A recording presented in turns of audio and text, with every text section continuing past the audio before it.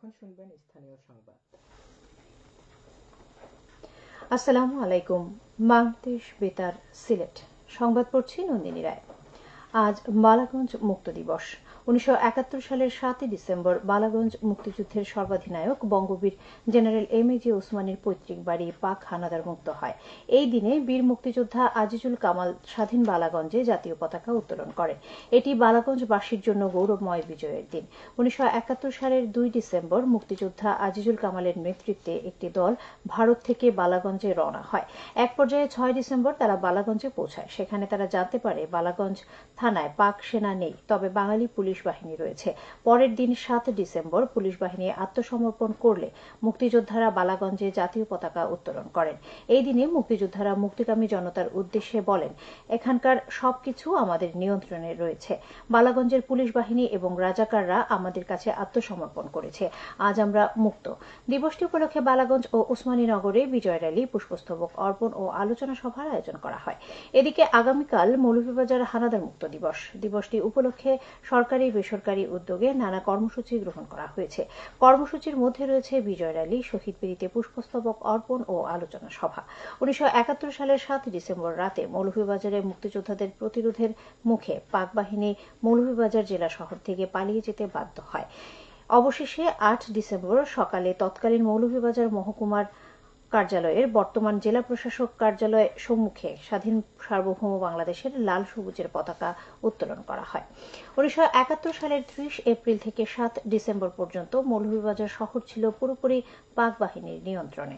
মৌলভীবাজারের সরকারি উচ্চ বিদ্যালয়ে ছিল সাবেক 4 মহকুমার, বর্তমানে 4 জেলার পাক বাহিনীর বিশাল ক্যাম্প।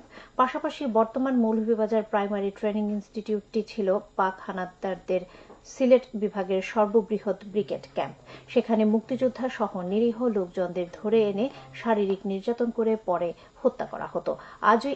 আজও এই মুক্তিযোদ্ধা টর্চার সেল হিসেবে প্রাইমারি ট্রেনিং ইনস্টিটিউটের এই স্থানটি কালের সাক্ষী হয়ে দাঁড়িয়ে আছে। আন্তর্জাতিক বেসামরিক বিমান চলাচল দিবস আজ।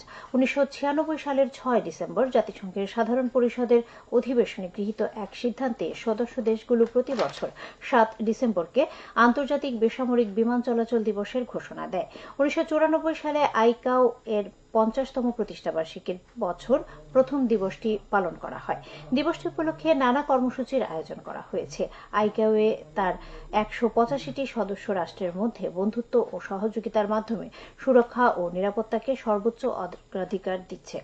দেশে দেশে বেসামরিক বিমান চলাচলের মাধ্যমে বন্ধুত্ব ও সমঝোতা সৃষ্টিই আন্তর্জাতিক বেসামরিক বিমান চলাচল দিবসের উদ্দেশ্য।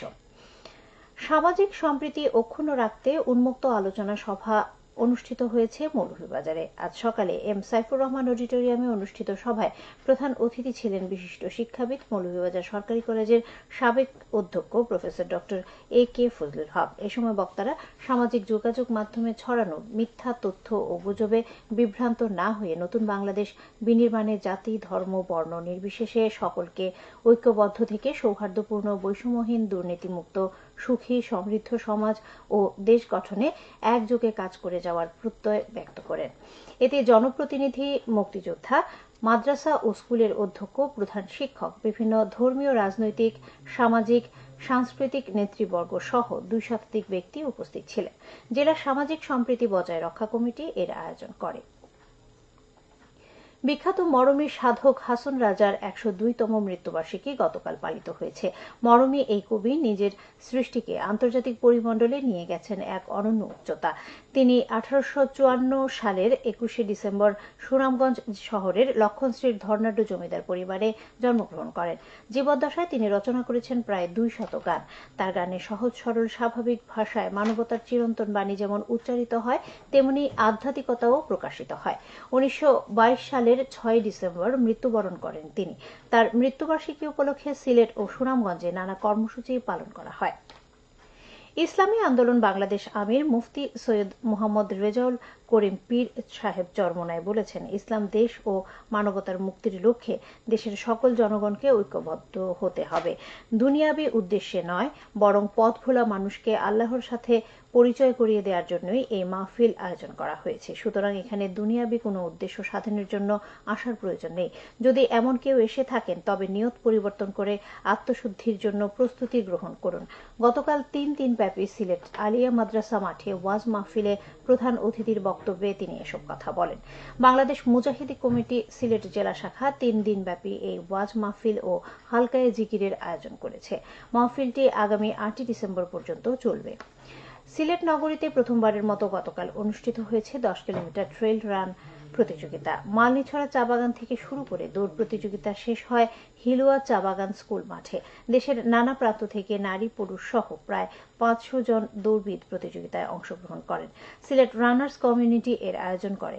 শেষে বিজয়ীদের হাতে নগদ অর্থ ও ক্রেস্ট পুরস্কার হিসেবে তুলে দেন আয়োজকরা।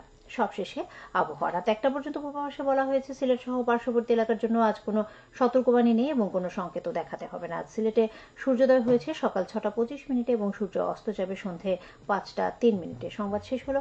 আমাদের পরবর্তী স্থানীয় সংবাদ প্রচারিত হবে সন্ধে 7টায়। আল্লাহ হাফিজ। স্থানীয় সংবাদ শুনলেন। বাংলাদেশ বেতার সিলেট। শুরু হচ্ছে পল্লীগীতি।